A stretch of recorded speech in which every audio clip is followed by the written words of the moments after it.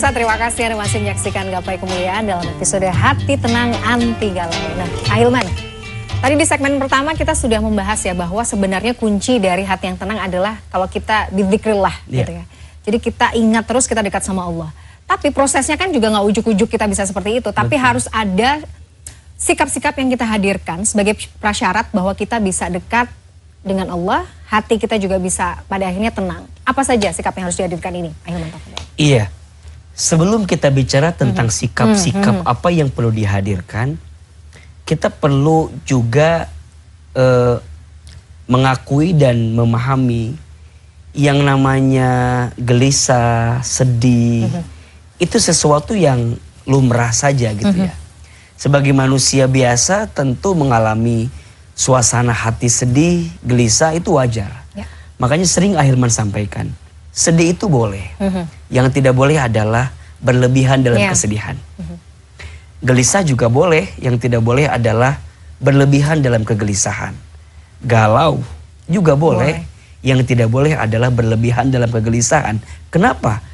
Ketika hati ini ruangnya diisi berlebihan dengan suasana yang tadi, akan membuat hati ini jadi lupa ke Allah gitu. Hati ini nggak bisa menemukan kebaikan yang Allah titipkan di balik rasa sedih, rasa galau yang kita rasakan. Maka pentingnya kita belajar untuk lebih dekat ke Allah. Belajar untuk selalu ingat kepada Allah dan belajar untuk selalu tambah yakin kepada Allah. Nah, apa sikapnya yang perlu hati ini miliki agar kita bisa lebih tenang? Setidaknya ada 4 sikap. 4 ini saya buat dalam singkatan yang lebih pendek lah. Ya, supaya mudah diingat ya. Supaya mudah diingat. Jadi sikapnya ada 4. RISS. RISS.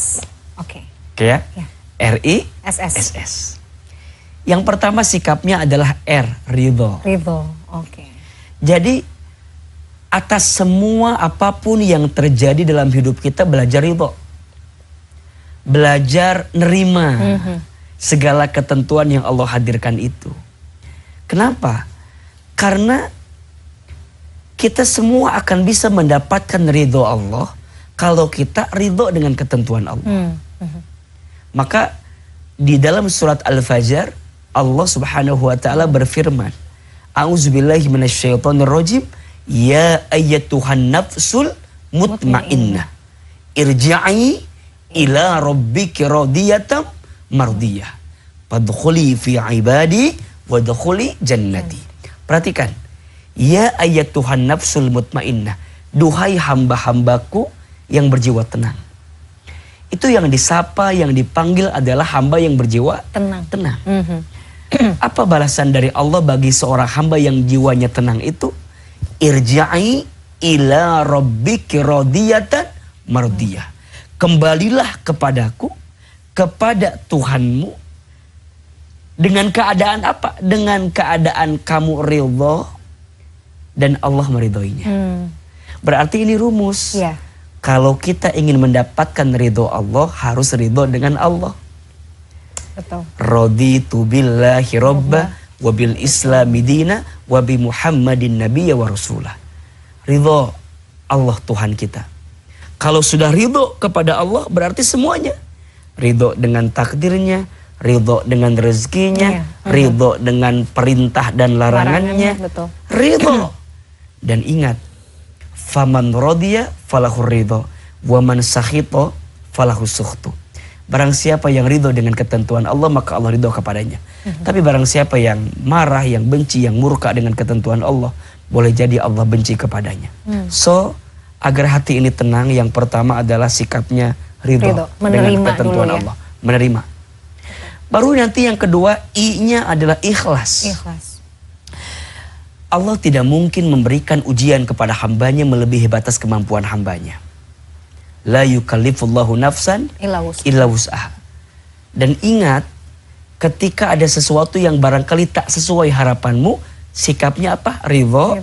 Tapi cara kamu bersikap kepada Allah ikhlas. Karena Allah menguji hambanya. Yang dilihat bukan ujiannya, tapi apa? Amal daripada hamba tersebut terhadap ujian itu. Allazi khalaqal mauta wal hayata liyabluwakum ayyukum ahsanu amala wa huwal azizul ghafur. Dialah Allah yang menciptakan kematian dan kehidupan sebagai apa? Ujian. Apa yang Allah lihat? Ayyukum ahsanu amala. Siapa yang paling baik di antara kamu amalnya, sikapnya. Ikhlas enggak? Kan kadang mohon maaf ya, kita itu deketin Allah pas lagi ada masalah. Betul. Iya enggak sih?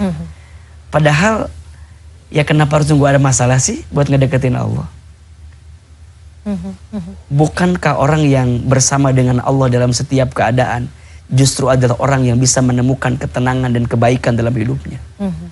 Jadi sekarang kita udah ikhlas belum sih sama Allah tuh? Iya, betul. Kita udah bisa memberi yang terbaik gak sih sama Allah itu?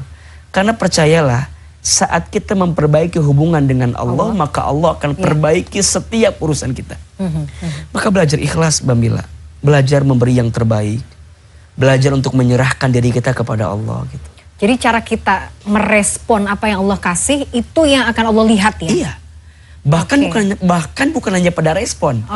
Prasangka aja itu menentukan. Maka dalam hadits kursi Allah sampaikan ana inda dhonni abdibi. Aku tuh kata Allah sesuai prasangka hambaku. Jadi apa yang hambaku sangkakan terhadapku itu jugalah yang aku berikan kepada hambaku. Jadi fasenya jangankan respon sikap gitu. Iya. Hatinya dulu aja tuh harus prasangkanya gitu ya, dulu itu menentukan gitu. Seperti apa. Betul. Maka ada bahasa begini. Apa yang kamu rasakan di hati menentukan apa yang kamu pikirkan. Ya. Apa yang kamu pikirkan menentukan apa yang kamu ucapkan. Apa yang kamu ucapkan menentukan apa yang kamu lakukan.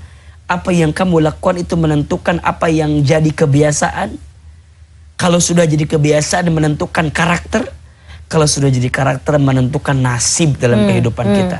Boleh jadi kerangka takdir yang memang jauh sebelum kita lahir sudah ditentukan, itu semakin menguatkan hadirnya seperti apa tergantung respon hati, respon pikiran, respon sikap dan segala macam. Ya, betul. Maka belajar untuk lebih ikhlas. Wa ma umiru illa liya'budullaha mukhlisina lahuddin.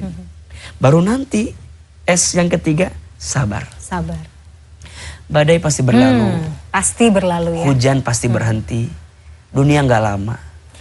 Tapi sampai kapan biasanya begitu? Gitu kan? Iya kan, maksudnya kita tuh nggak sabar. Orang yang bertanya sampai kapan, berarti pemahaman merasa dunia ini selamanya. Iya kan? Dan mohon maaf, orang yang selalu bertanya sampai kapan ini semua, berarti dia tidak melihat entah berapa banyak masalah yang Allah selesaikan sebelum masalah ini datang. Jadi saya suka bilang begini Mbak Mila, kalau ketemu orang ya, seberat apapun masalah yang sedang kita hadapi hari ini, sabar. Karena pada akhirnya akan selesai juga. Sebagaimana Allah selesaikan masalah-masalah kita yang kemarin. Berapa ribuan masalah yang kemarin selesai. Iya sih. Terus kenapa sih kita harus menyimpulkan gara-gara masalah ini seakan-akan Allah gak baik sama kita? Sabar. Sabar. Makanya di dalam Al-Quran Allah berkali-kali ingetin kita tentang sabar. Ya. Ya ayyuhalladzina amanu ista'inu bis-sabri was-shalah innallaha ma'as sabirin. Sesungguhnya Allah bersama dengan orang sabar. Sabar. Apa itu sabar? Sabar itu menahan diri dan mengendalikan diri untuk tidak melakukan sesuatu yang dibenci oleh Allah. Sampai pada titik setelah kamu lewati semua, ridho, nerima, ikhlas, kamu tuh memberi dengan yang terbaik sama Allah.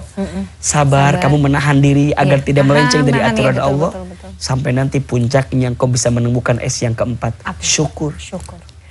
Sampai pada titik kita bilang begini, ya Allah, makasih ya untuk semua cerita yang engkau titipkan kepadaku. Kalau dulu gitu ya. Kalau dulu engkau gak nitipin skenario itu, mungkin sekarang aku gak bisa ngambil pelajaran ini gitu. Maka dalam hidup, kadang sekarang kita bilang, ya Allah kenapa begini? Nanti kita akan bilang, ya Allah untung dulu begitu. Masya Allah. Bukankah semua kejadian yang kita lewati kemarin selesai juga? Dan hari ini entah berapa hikmah yang Allah titipkan kepada kita. karena kejadian di masa lalu dalam kehidupan kita. Masya Allah, betul sekali. Jadi RISS ya Ahilman ya. Ridho, ikhlas, sabar dan syukur. Masya Allah. Itu aja kuncinya sebenarnya. Tapi ya itu tadi ya, butuh effort, butuh perjuangan juga. Tapi bukan berarti tidak mungkin. Iya. Ahilman, kita harus jeda dulu. Nanti kita lanjut lagi di segmen berikutnya. Pemirsa jangan kemana-mana, Gapai Kemuliaan masih akan kembali sesaat lagi.